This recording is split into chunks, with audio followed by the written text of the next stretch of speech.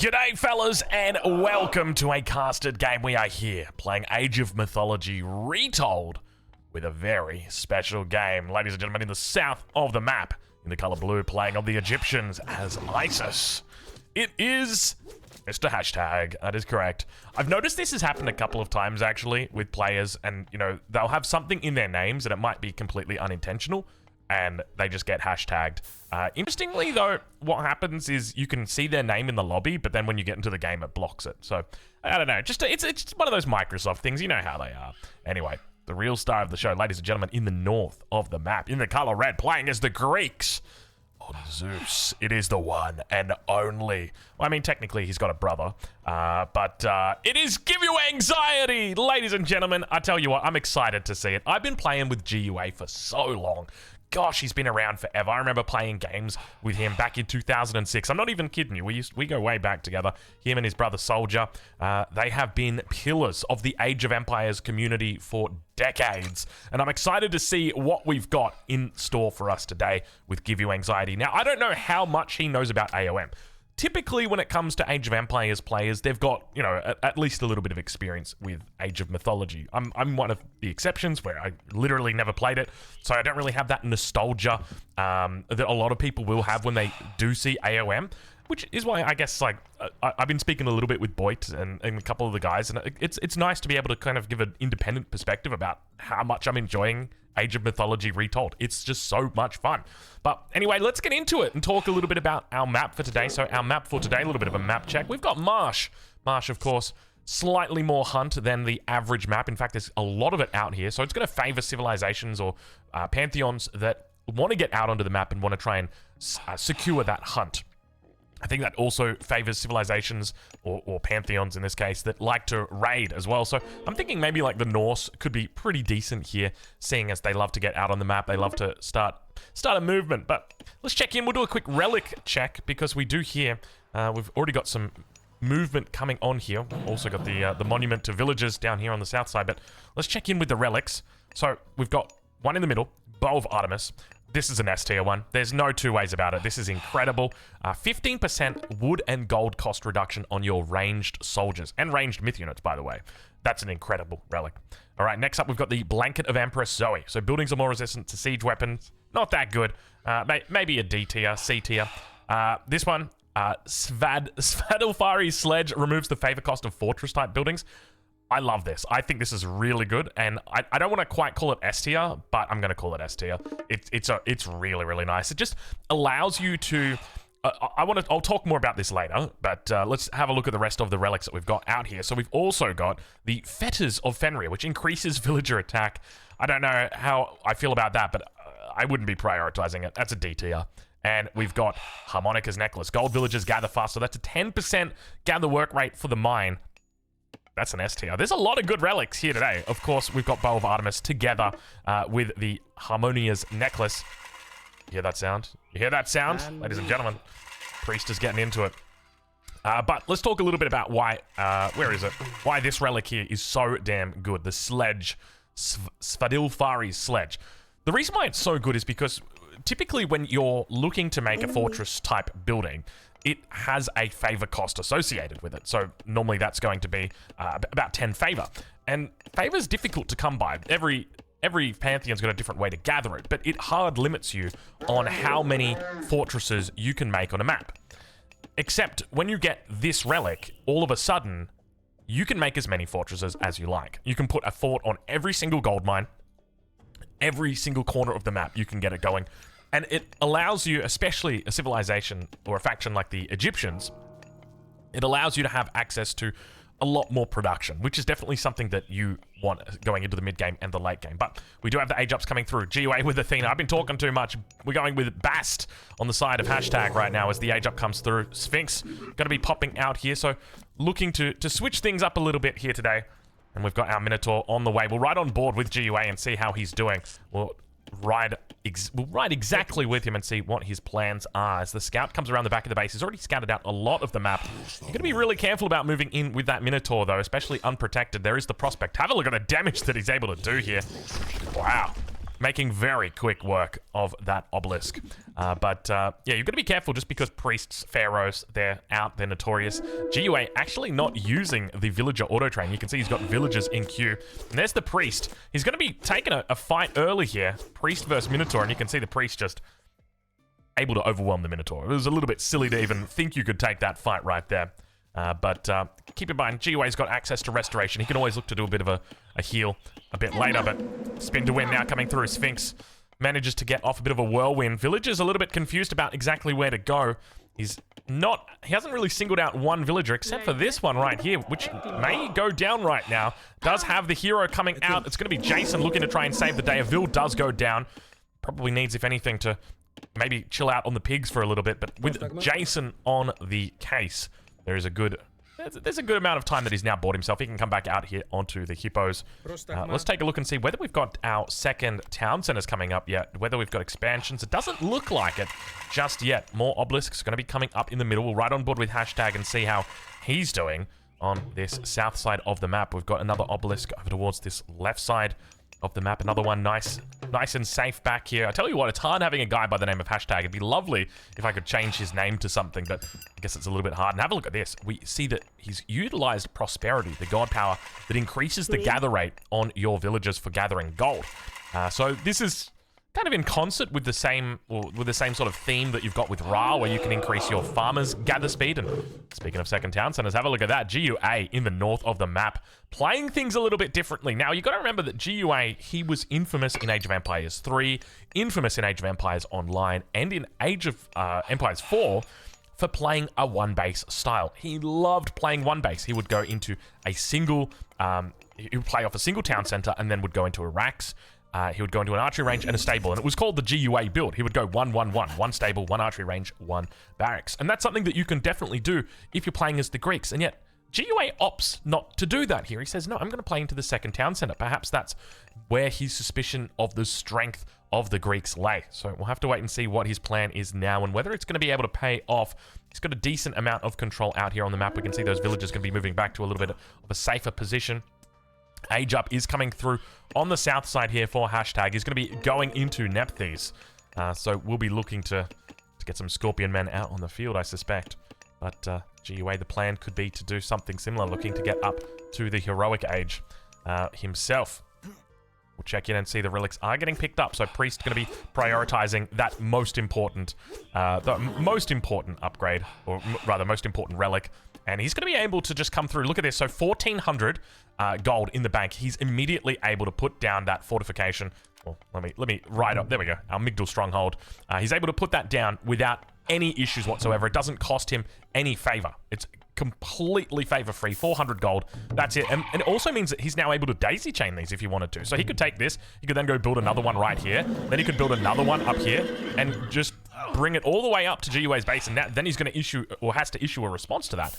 But we'll have to see exactly what the plan is, how it plays out. He deletes the house, realizes, you know what, that's probably in a bit of an awkward position, does the right thing. But nice little spot that he's got here in the middle. And I love the fact that he utilized that earlier god power, that ability to grab that gold a little bit faster, the prosperity. And he's built up a decent bank of gold. Because normally the way that you'd want it is you'd want to take maximum advantage of that god power when you've got it. And so naturally he goes up to 1,400 gold.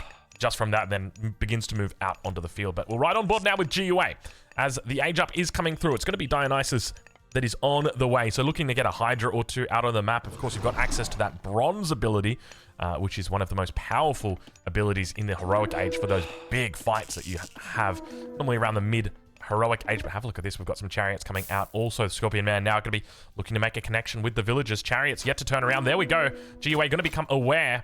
And Scorpion Man also going to be looking to take out some villagers. Keep in mind, he's got a nice big AoE sting, so those Vils are all going to start copping damage. Look at the amount of damage that comes through. Second Vil goes down for GUA this game. Third one going to be taken out. Fourth one goes down as well. Fifth one, and GUA losing out plenty of villagers. Now, keep in mind, he's got a pretty decent, sizable lead when it comes to the villager count, but it is going to take some time before it actually pays off. So, just the fact that his opponent has managed to take out some Vils means that it reduces the time, or rather increases the time for it to pay off. We've got the next one. It's going to be the Bow of Artemis that's brought back. Now, he's actually going to be able to use the Bow of Artemis to reduce the cost of his Chariot Archer. And the Chariot Archer, a notoriously good unit. in Age of Mythology. I love how he picks up the relic before he gets on out of there. So very well played here from Hashtag so far in this game. Score a little bit behind, but I suspect that's largely because of the second town center coming up from GUA. But we do now start to see war elephants on the rise. I'm kind of interested to see whether we have a mythical age play here. I think it would be quite potent. We've definitely seen that to be flavor of the beta. I'll say that so much. Or I'll say that now. Mainly because when it comes to the mythical age, you've got access to a lot of power. If I remember correctly, you've got access to Thoth through Isis. Just the only reason I'm saying that is because I remember playing Ra and I remember not having access to Thoth, but you know what? I'm just gonna hold my mouth right now, or hold my words, because I don't want to make a fool of myself. You guys will know, obviously, I've mentioned it plenty of times. I'm still slowly picking up Age of Mythology, but it's a lot of fun. I'm looking forward to mastering this game. It's always fun when you are learning to master a game, or learning a game to master it, I guess is probably the better way to say it. Trying to min-max everything, trying to find the best way to do stuff, and then someone who has played for millions of years just completely rocks you in. Oh gosh, that's oddly specific, but have a look at this. We've now got the Peltast out. Going to be looking to counter those ranged units, that obviously being the chariot. Keep in mind that the chariot does have that cost decrease now going to be coming through here, because Hashtag has successfully deposited that relic back home. We can take a look and see where's the temple. There it is. He's picked up plenty of them. The Bow of Artemis is now online, so it's going to reduce the cost of those chariots. In fact, if we take a look at a chariot, we might actually be able to see the cost. I'm not sure. Hold on. Yeah, I don't see any out. There's one chariot out at the moment, so yeah, 85.34. I think this is reduced. That definitely doesn't seem like a standard amount to be paying for a chariot. I'll say that much, just because it's a bit of a weird number, right? Like, things are normally in 5s and 0s, not 4s. But have a look at this. Scorpion Man number is rising. Now, keep in mind that when you do control your Scorpion Man, it's got the automatic ability, or automatically function, I guess is the way to say it. It'll automatically use the ability. So you're going to see all the poison come up right now, but you want to try and focus down this backline, and that's exactly where the Scorpions make their move to, but instead going to bypass it, going over to the villagers, make their way over to the Peltast. Nice micro coming in from GUA. He's looking to try and shoot down that backline, but we can see not all are making a connection. Beautiful control coming through here. The Scorpion Men together with the War Elephants going to put GUA in a bit of a tough spot. 12 minutes into this game, the numbers not looking particularly good for him. A population advantage, 62 against 32 when it comes to military pop. No real answer to these War Elephants either. We don't see anything coming out for GUA in the way that's going to be able to deal with them. We do see one of the heroes going down, and slowly and steadily, GUA's numbers begin to fall. He's got 2 more heroes back here. Odysseus, as well as, I think that might be Jason, who's stuck under the elephant. Yes, it is. But we do see GUA now looking to rebuild. He's got a couple of units in the back of the base. Not sure what these guys were doing, but they've just somewhat come out of nowhere, so he wasn't rallying to the fight. Now going to be moving on the offensive. Keep in mind the heroes are going to do effective damage against these myth units. And now, keep in mind, GUA is on that second town center, so the longer this game goes, the better it gets for GUA. At this stage, we haven't seen Hashtag take any second town center, so still just going to be playing that one town center game, though he has taken a fair portion of the map, securing himself lots of hunt. Another relic going to get taken away. What one is it? It's going to be Fetters of Fenrir. A little bit of extra attack for your villagers, so pretty mediocre relic. Like, I can see a couple of circumstances where this is going to be relevant, mainly if you're getting raided, right? Like, if you're getting raided. But 20% extra damage isn't going to be the difference. I mean, it could be the difference between killing that raiding unit and not killing it. But, I mean, if you're going to be able to get enough damage on it for 20% to make a difference, you're probably going to be able to get enough damage on it to take it out completely. Have a look at how this annoying writing is moving with the army as well. Here I am just trying to get like a good angle, and it's like, no, writing is coming through. And look at this, the elephant, the march of the elephants now coming through. And GUA, he's going to pop the bronze. It's a little bit late, but I tell you what, here it comes. We also see the ancestors rising from the dead as the elephants are standing strong. GUA trying his best to deal with this push that's coming through. The bronze is providing plenty of extra armor on these units. Have a look at this, up to 73% range or pierced armor. But the numbers are looking pretty solid. He's managing to do a decent job on that hold. 80 military pop for now. Siege tower on the back is working down that town center. It's down to 780 health. GUA continues to push out. Another 13 seconds on Bronze, another 30 seconds on Ancestors. Looks like all of them have been taken out. On the back, Odysseus continues to tee off, and GUA looking like he might actually be able to hold this. It's slowly all coming together right now for GUA. That town center down to 60 health. Looks like it will go down in the end. The villagers unable to repair it. And Hashtag walks away with at least a little bit of happiness that he managed to take out that TC. Now, let me align this up. I just realized, have we not had that minimap big this entire game? I apologize to all my mobile phone friends who probably couldn't see the dots on the minimap that well. We've hopefully fixed you up now. But GUA, wow, what a defense coming out from the GOAT. I tell you what, that was impressive. I wouldn't be surprised if he looks to secure that second town center now. On the other side, I'd be thinking maybe a little bit of an attempt to go to the Mythic Age could be warranted here. You can see a lot of villagers on gold. You can see he's really trying his best to gather up as much as he can. This is part of the reason why... Oh, what have we got? Oh, we've got to... Well, we've got one of the myth powers running out. That, of course, was the myth power... by the nighttime myth power eclipse. Sorry, still taking my time here. Yeah, I'd love to see for Hashtag just a little bit of movement onto different gold veins. So this one down here, you can see he's now starting to put a mining camp up. So this is really good. This one over towards the west side, there's no reason why he couldn't have thrown down that Migdal stronghold, because keep in mind that his fortresses don't cost any favor. So you can really be quite liberal with those. But a bit of a raid coming through GUA with the Hippias now on the south side of the map. Going to get spotted out by these watchtowers. Hippias going to round the corner here. Not a lot of villagers. A single village just kind of stands idle for the moment. A couple pigs in the back still yet to be picked up. And big push on the north side of the map, or rather in the center of the map.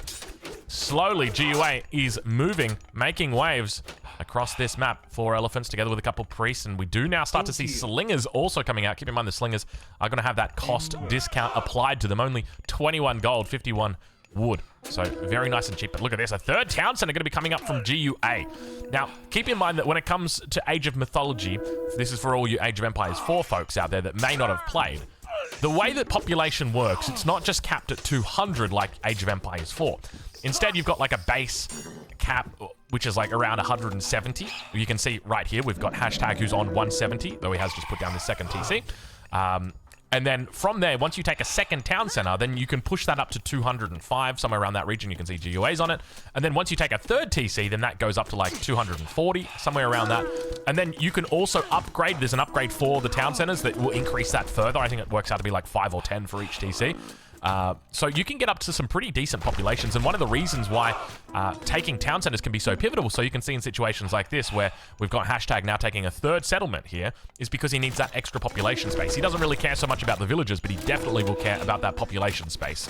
GUA with a huge infantry mass here. Oh, I tell you what, I'm a little bit worried right now for our Egyptian player. GUA's looking solid in this 18-minute game so far. The score, have a look at, oh my god, don't look at the score, guys. Oh, unless you're a GUA fan, then look at the score, because that is going to tell you a story that I didn't even realize we were telling at this point in time. He's managed to find a way back into the game, but not only that, he's managed to have that second town center pay off finally. He's up about, close to 30 vills now in this game. Peltas numbers are looking pretty damn solid.